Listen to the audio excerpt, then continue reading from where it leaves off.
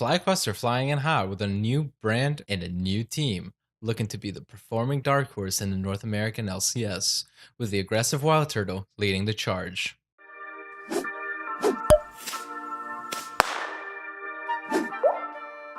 FlyQuest joined the NA LCS back in 2017 when C9 Challenger team was sold to Wesley Edens, the co-owner of the Milwaukee Bucks. The team had a surprising run starting off the spring split of 2017 and ended up finishing 4th overall.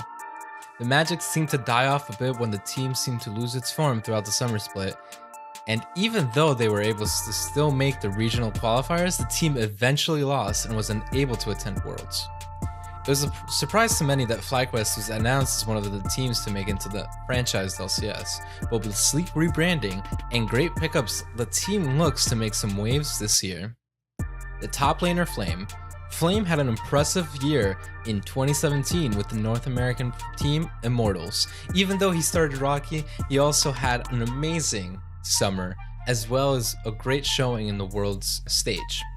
This doesn't mean that he is not tenured. He has been very successful since 2012 and actually has a move called after him called the Flame Horizon, which means you are 100 CS over your opponent. This was named after him because of how many times he successfully dominated lanes while playing for CJ and his place. This is also the only time that he has won tournament with a team, which was the Intel Extreme Masters season tournament. Jungler Anda. Anda is finally getting his break after being in a bunch of challenger teams originally as top laner. He switched to his jungle role and was a sub for Immortals. He now will be the starter for FlyQuest and we hope is ready to show off what he's made of. Fly, as great as the pun is, might actually be one of the most interesting pickups. Rounding out the second import slot for the team, Fly looks like a great addition as his skill has been good enough to be part of both KT Rolster as well as Longzhu Gaming back in 2016 and part of 2017. After that, he decided to come to North America and played for Goldcoin United, where he showed a lot of his skill. Being one of the new mid laners in NA, let's see if Fly is the secret for FlyQuest success. WildTurtle is the only returning player to the FlyQuest squad. He was actually part of the original C9 squad when they were named Quanta Gaming. Turtle is known for his aggressive forward flashes and quirky personality. Being a part of the scene for a while, Turtle has enjoyed some huge success with TSM, winning multiple splits, and he was also part of the Super Immortal squad, which dominated the regular season back in 2016. In 2017, WildTurtle joined TSM following Double's absence. After a lot of harsh critics and the return of DL, he left the team.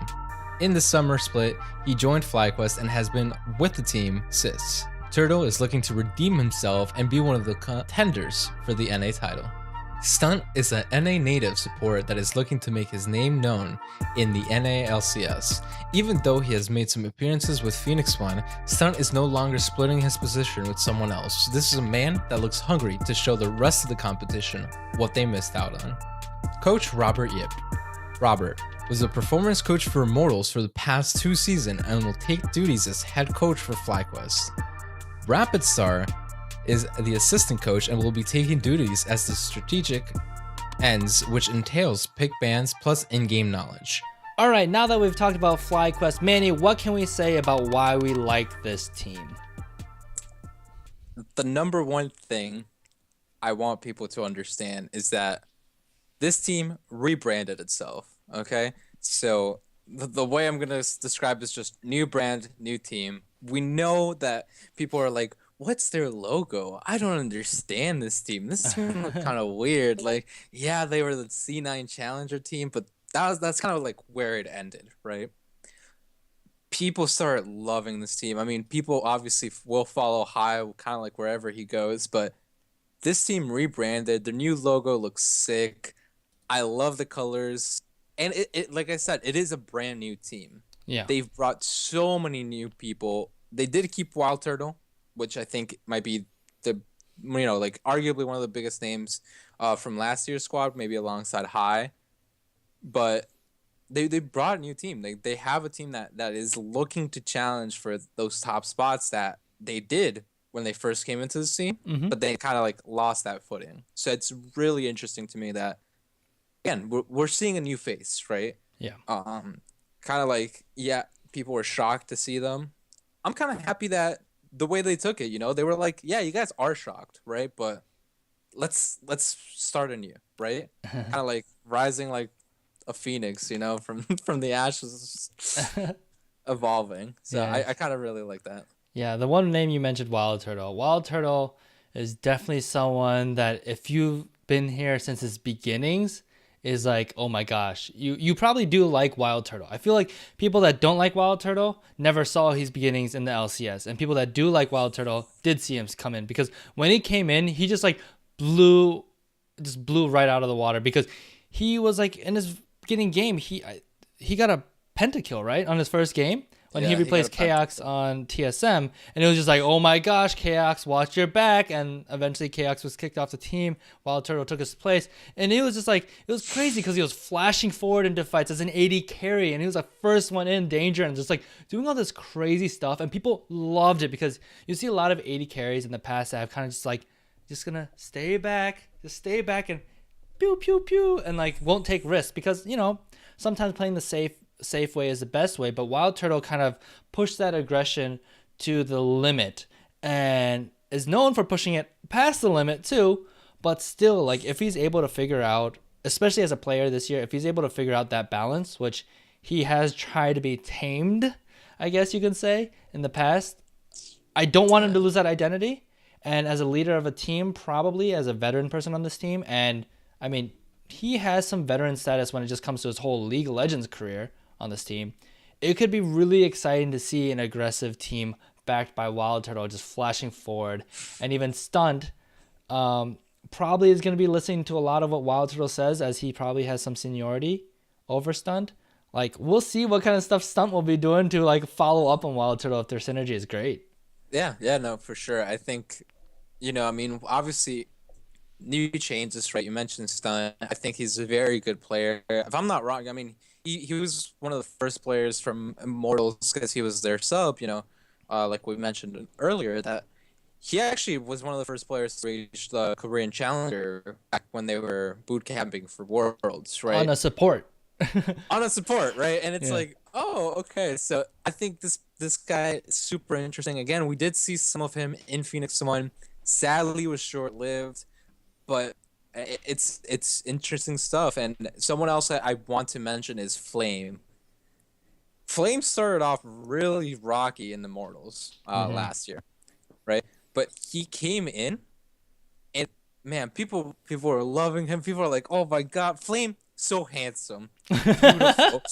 He's known as like, I think, the most beautiful League of Legends player in like at least North America. So it's like, it's funny, you know. So if you ladies out there are looking to just some eye candy, man, Flame is the guy for you. Aside from that, he has a term in League named after him, right? The Flame Horizon. Yeah. So this guy's an interesting player. Hopefully we are able to see some crazy stuff. I mean, he had some wild plays. I want to see that continue, right? A year he's gonna continue learning English, you know. So it's gonna be crazy. It's gonna be interesting. And alongside that, something else that this team brings is their social media presence, right? Yeah. I think that's such a big thing. We've talked about, you know, other teams that like have some crazy stuff going on. FlyQuest like always reach out to their community. They're like, hey guys, you want to do things for our players? You want to build like our background? You know, like you want to be displayed on our Twitter header image? Make something for us. So, you know, for the graphic designers out there, they can end up saying, hey, yeah, FlyQuest liked my thing, and put it, you know, like you could even build a portfolio off of that just with this small social media presence. They also allow teams to vote for their t-shirt or their jerseys. Yeah, that's really cool. So, you know, like, so we already know what their jerseys are going to look like. They already like announced them, like they haven't been printed and stuff, but like we know, right? And that's super interesting. Again, with a new brand, they were like, everything new, tell us, what will you like, right? Yeah. So I think stuff like that is awesome, especially from a brand or from a team that's not really that well known, in all honesty. Yeah, it's really cool to see that engagement, because yes, esports in general has a better engagement with their fans, from pro to fans, than like traditional sports like NBA football players. Like, you have streams that you can just jump on to. You have YouTube channels that you can like watch their content and comment and like kind of get their personality and stuff like that. So having FlyQuest kind of above and beyond the other teams, in the sense that like we're really interacting with the community. We really feel like a community where it's in the sense like you are noticed and you can bring value to our brand and our team just by like voting on our jerseys and like you said, doing graphic design for us. Like, they're not, it's really cool that they're able to do that, because you can feel like you're actually part of a team.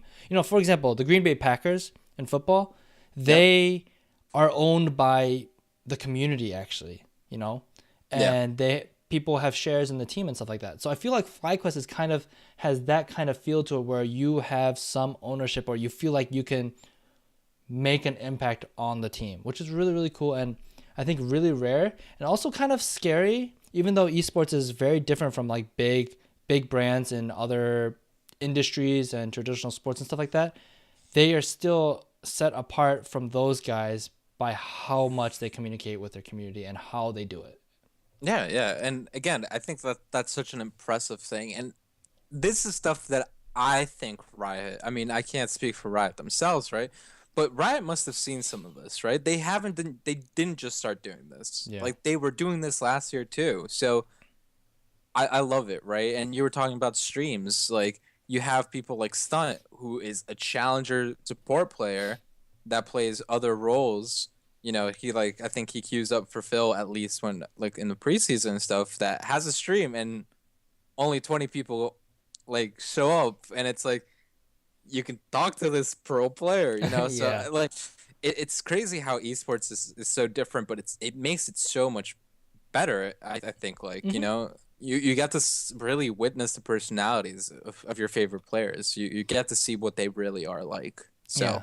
And I think when you're looking for a team, FlyQuest is a really good team to kind of, if you like the unknown players, right? We have WildTurtle, which is a well-known player, but still, when it comes to like rankings with 80 carries, he's not at the top. You know, he's kind of that maybe an underdog story. And you have a lot of people that are just coming in from the challenger scene that haven't had that much LCS play. So yes, they might start off with a rough start when it comes to their performance, but you know, these could be the up and coming stars. You know, we don't know.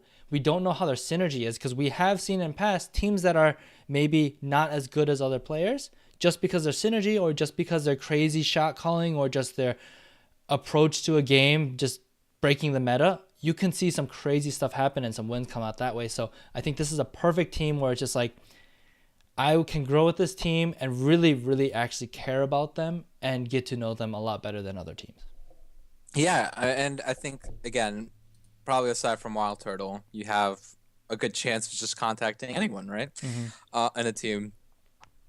Granted, yeah, we won't talk about power rankings this episode. This is more of like ideas of why, but like, maybe one of them is that you like to root for the dark horse, right? Yeah. Maybe not necessarily complete underdogs. They have some strong players in their team, but they are the dark horse, you know? Like, they're the kind of like the team that people were afraid to.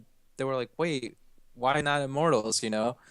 And that's kind of like a dead story now, but like, they are the team that surprised everyone by joining the league, and I hope that they keep surprising by performing in the league. So it'll definitely be interesting. This is the team where you're like, yes, FlyQuest at 2% of the audience vote beat TSM in the crazy comeback and like broke their win streak and ruined their days. Like, you know, this is what I think could bring a lot of value to being a FlyQuest fan.